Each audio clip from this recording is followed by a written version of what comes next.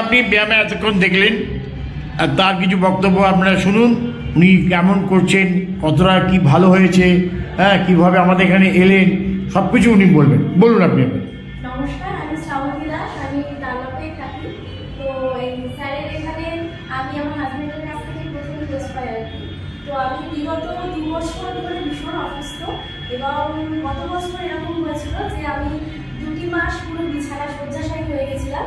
আমার ছোট মেয়ে হওয়ার সময় আমার কিছু অপারেশনের প্রবলেমে তো সেখান থেকে একটি সিস্ট হয়, এবং সিস্টটি এতটাই বড় হয় যেটার জন্য আমার সাধারণভাবে চলাফেরা সব বন্ধ হয়ে যায়।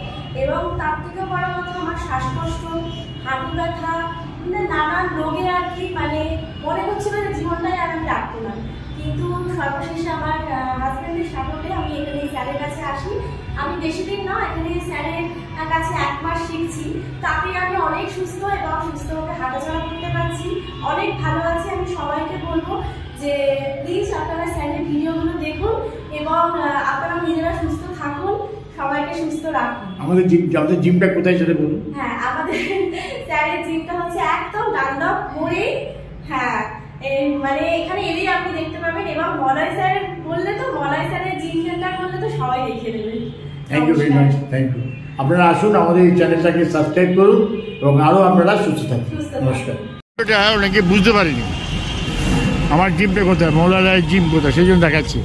এই যে এটা আমাদের ডানলপ মোড়ে যে ফ্লাইওভারটা, ঠিক আছে, ডানলপ মোড়টাই। এদিকে আমাদের রেল স্টেশন আছে, মেট্রো আছে, কেমন এই ডিজিটাল। এখানে এলেন, বাইপাস দিয়ে আসতে পারেন, বিক্রি হতে আসতে পারেন। এই যে হচ্ছে আমাদের জিম, মৌলালার জিম। এখানে